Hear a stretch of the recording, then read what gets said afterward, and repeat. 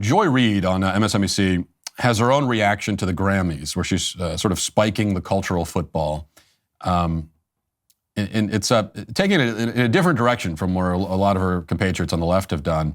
And she says a few things here that are unintentionally kind of interesting. So I want to play this clip.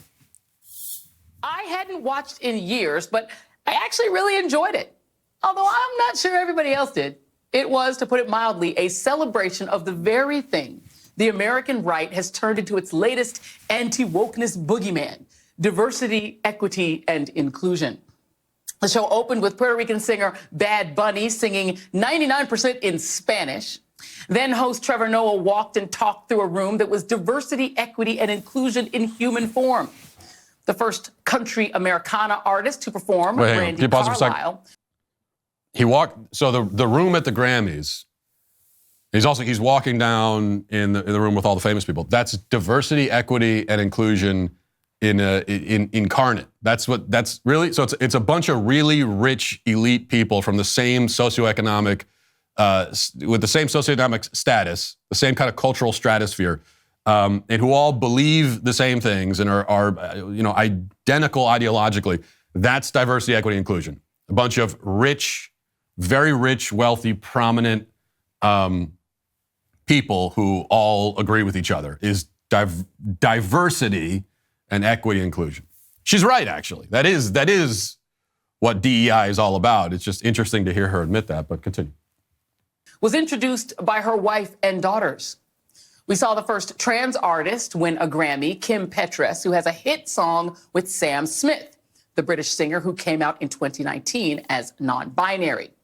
Black acting superstar Viola Davis became an EGOT, winning a Grammy to add to her Golden Globe, Oscar, and Tony Awards.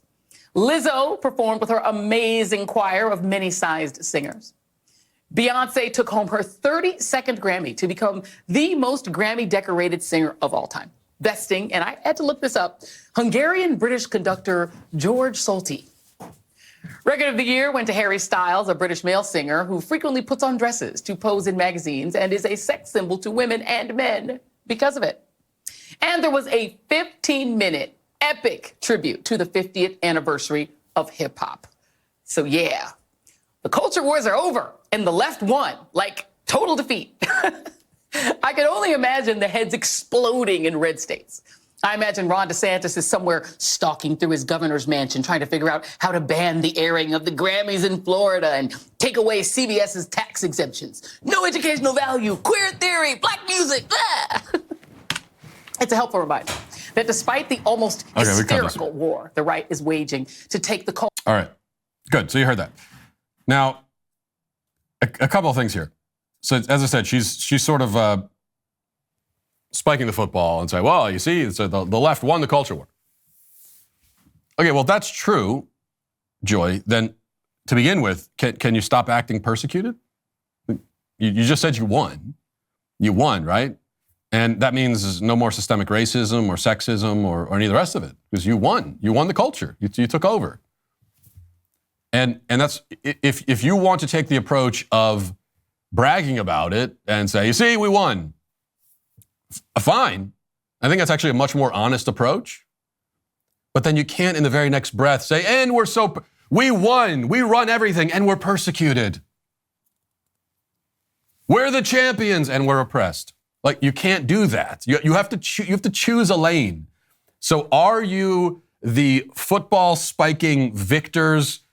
You're dancing on the graves of your fallen enemies? Are you that, as you portray here? Or are you practically still, in chains, enslaved? Nothing's gotten better. In fact, it's gotten worse, and you're oppressed. And you're intersectional. You're black and you're female, and so you're oppressed in many different ways with different angles. Which one? It cannot be both, Joy. It can't be both. So you have to choose.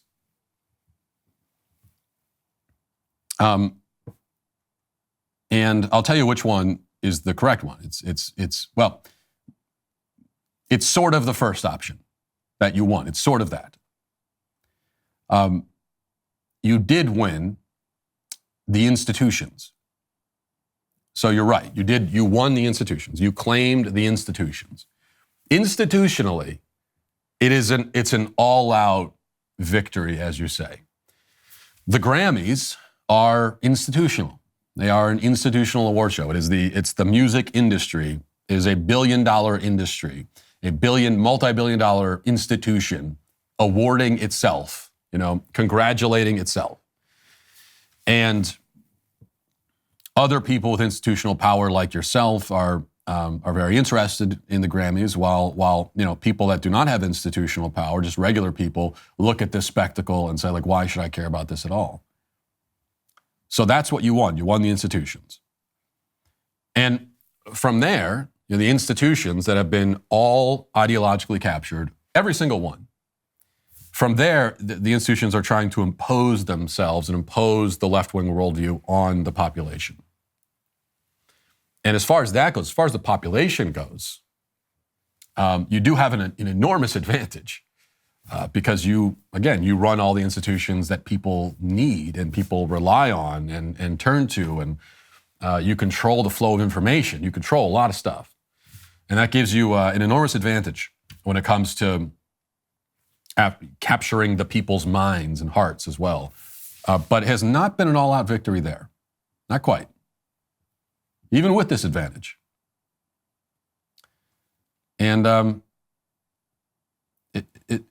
especially on some of the more recent efforts. So like institutionally, we can give an award to two biological males and claim that there's something other than male, and so therefore this is a great victory for diversity or whatever. And the institutions will give that award, and other people within the institutions will applaud that and say, isn't that so beautiful, such a wonderful thing. But regular people, most of them, they look at that and they're not so convinced. They look at, chubby Sam Smith and we're told that he's not a male, he's non-binary. What? What is that? That's what regular people say. They're not convinced. And even though there are potentially incredible consequences for failing to be convinced, like we're punished for not being convinced. And still, most people aren't. And most people also are certainly not convinced that Tim Petras, who now calls himself Kim Petras, is actually a woman because he was mutilated at the age of 16. The idea that mutilation makes him a woman, or that his perception of himself as a woman makes him one, people aren't convinced by that either. So you do have the institutions. The question is whether you can capture everyone's minds and souls from there. That's what you're trying to do. You haven't quite succeeded. And that's where the battle is going to really be won or lost. But I'm glad we can agree again that you are not oppressed, that you are in a position of power, that you own the institutions, that you now claim incredible status and privilege and power. I'm glad you're finally admitting that. So stop whining. That'll do it for this portion of the show. So move over to the members block. Hope to see you there. If not, we'll talk to you tomorrow. Godspeed.